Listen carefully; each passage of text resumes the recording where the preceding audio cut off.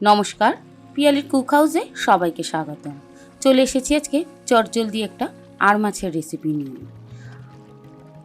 দারুণ সুস্বাদু এবং খুব তাড়াতাড়ি হয়ে যায়। নামমাত্র মশলা আমি এখানে ব্যবহার করেছি। আশা করি রেসিপিটি সবার ভালো লাগবে। সম্পূর্ণ রেসিপিটি দেখার অনুরোধ রইল। আমার নতুন বন্ধুদের কাছে অনুরোধ রইল, আমার রেসিপিগুলো যদি ভালো লেগে থাকে অবশ্যই তাহলে চ্যানেলটিকে সাবস্ক্রাইব করবেন। পাশে থাকা বেল আইকনের অল নোটিফিকেশনটাকে অন করে রাখবেন। যখন নতুন কোনো রেসিপি আপনাদের সঙ্গে শেয়ার করব, নোটিফিকেশনটা দিলে সবার আগে আপনার কাছেই পৌঁছে যাবে। এখানে আমি 8 থেকে 9 পিস আড় মাছ নিয়ে নিয়েছি। খুব ভালো করে আগে থেকে ধুয়ে নুন হলুদ মাখিয়ে মিনিট 10-15 কিন্তু রেখে দিতে হবে।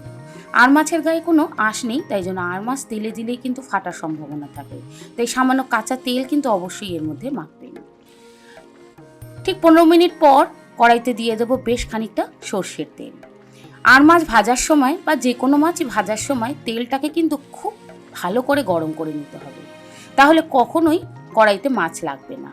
আর তেলটা গরম হয়ে যাওয়ার পরে সামান্য পরিমাণে নুন দিয়ে কড়াইয়ের মধ্যে ভালো করে মাখিয়ে নিলে সেই কড়াইটা প্রায় ননস্টিকের মতন কাজ করবে। দেখুন তেলটা আমার কিন্তু বেশ গরম হয়ে গেছে। তেলটা গরম হয়ে যাওয়ার সাথে সাথে আমি দিয়ে দেবো এবারে একটা একটা করে আড় মাছ। আড় মাছটা আমি মোটামুটি 2-3টে ব্যাচে ভেজেছি, 2-3টে করে ভেজে নিয়েছি। তবুও আমি একটা ঢাকনার ব্যবহার করেছি, কারণ আড় মাছ কিন্তু প্রচণ্ড পরিমাণেই ফাটে। আর আপনারাও অবশ্যই এরকম ঢাকা দিয়ে মাছ ভাজবেন। আড় মাছ খুব নরম জাতীয় মাছ, তাই কড়া করে ভাজার দরকার নেই। হালকা লাল লাল করে মোটামুটি ভাজলেই আড় মাছ ভাজা হয়ে যাবে। দেখুন একটা মাছও কিন্তু কড়াইয়ের গায়ে লাগেনি। মাছ ভাজার সময় সবসময় এই টিপসটা ফলো করবেন। খুব ভালো করে কিন্তু কড়াইটাকে আর তেলটাকে গরম করে নেবেন। আর সামান্য পরিমাণে নুন দিয়ে নিলে তো একদমই মাছ কখনোই কড়াইতে লাগবে না। মাছটা ভাজা হতে হতে আমি একটা বাটির মধ্যে সামান্য পরিমাণে মশলা গুলে রেখে দেব পরিমাণ মতো নুন, 1.5 চামচ হলুদ আর 1 চামচ জিরের গুঁড়ো দিয়ে জল দিয়ে খুব ভালো করে মিশিয়ে আগে থেকে রেখে দিতে হবে। মশলা এভাবে আগে থেকে ভিজিয়ে রেখে দিলে তাহলে কষানোর সময় কিন্তু খুব সুন্দর মশলা মিশিয়ে যায় আর খুব তাড়াতাড়ি তেল ছেড়ে আসে। অন্যদিকে আমার মাছগুলো ভাজা হয়ে গেছে। ওই তেলেই আমি আগে থেকে কেটে রাখা একটু বড় বড় করে আলু নিয়েছি। এখানে একটা বড় সাইজের আমি আলু নিয়েছি। নুন হলুদ দিয়ে আলুটাকে একটু লাল লাল করে প্রথমে ভেজে নিই। গরমের মধ্যে দেখবেন খুব বেশি মশলা তো কারোরই খেতে ভালো লাগে না, কিন্তু আড় মাছটা একটু বড় জাতীয় মাছ, এই মাছে আবার একদমই হালকা মশলাও ভালো লাগে না। কিন্তু আজকে আমি একদম অল্প মশলা দিয়ে কিন্তু একটা দারুণ আড় মাছের ঝোল বানাবো। আলুটা ভাজা হয়ে গেছে, সামান্য পরিমাণে আর একটু তেল আমি এখানে অ্যাড করলাম। আমি কিন্তু মাছ ভাজার পরে আর কোনো তেল দিইনি, আলুটা ভাজার পর একটু তেল দিলাম। তেলটা গরম হয়ে গেলে দিয়ে দিলাম সামান্য পরিমাণে জিরে, 2টো তেজপাতা আর দেবো 3টে ছোট এলাচ। একটু থেতো করে তেলের মধ্যে খুব ভালো করে আগে ভেজে নেব। দেব ঝালের জন্য 4টে গোটা কাঁচা লঙ্কা। আমি কিন্তু পুরো ঝোলটা কাঁচা লঙ্কা দিয়েই রান্না করব।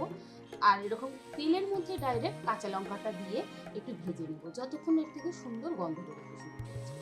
যখন সুন্দর গন্ধ বেরোতে শুরু করবে তখন এর মধ্যে দিয়ে দেব যে মশলাটা গুলে রেখেছিলাম সেই মশলা দিয়ে খুব ভালো করে প্রথমে কষিয়ে নেব। এর মধ্যে এবারে শুধু আমি কালারের জন্য ব্যবহার করলাম 1/2 চামচ কাশ্মীরি লঙ্কার গুঁড়ো। এটা আপনারা চাইলে অ্যাভয়েড করতে পারেন, যেহেতু আমি এখানে কোনো মশলারই ব্যবহার করছি না, শুধুমাত্র একটু জিরের গুঁড়ো ব্যবহার করছি, তাই রঙটা ভালো আসার জন্য। আর আমি শুকনো লঙ্কার গুঁড়ো ব্যবহার করব না, শুধু কাশ্মীরি লঙ্কার গুঁড়ো রঙের জন্য ব্যবহার করছি। সামান্য পরিমাণে দিয়ে ভালো করে কষিয়ে নেব। দিয়ে দেবো আগে থেকে ভেজে রাখা আলু, দিয়ে ভালো করে তেলের মধ্যে ভেজে নেব যতক্ষণ এর থেকে তেল বেরোতে শুরু করেছে। দেখুন মশলাটা আমার কষানো হয়ে গেছে। এবার এর মধ্যে পর্যাপ্ত পরিমাণে আমি ঝোল দেব। যতক্ষণ না ঝোলটা ভালো করে ফুটছে বা আলুটা সিদ্ধ হচ্ছে ততক্ষণ অবধি কিন্তু ঝোলটাকে হতে দিতে হবে। দিয়ে দেবো এর মধ্যে বেশ কয়েকটা গোটা কাঁচা লঙ্কা। খাবার সময় এই গন্ধ গোটা গোটা কাঁচা লঙ্কা কিন্তু ভাতের সাথে মেখে খেতে খুব ভালো লাগে। ঝোলটা ভালো করে ফুটে গেলে ঢাকনাটা সরিয়ে আমি দেখাচ্ছি। এবার এর মধ্যে দিয়ে দেবো আগে থেকে ভেজে রাখা আড় মাছগুলো।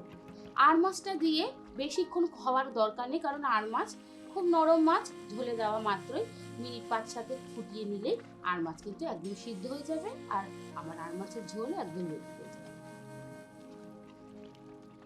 এলাচটা এই জন্য দিলাম যেহেতু আমি এখানে কোনো আদা বাটা, ঘি, গরম মশলা কিছুই দেব না এবং পেঁয়াজ আদা রসুন তো একদমই না এই গরমে।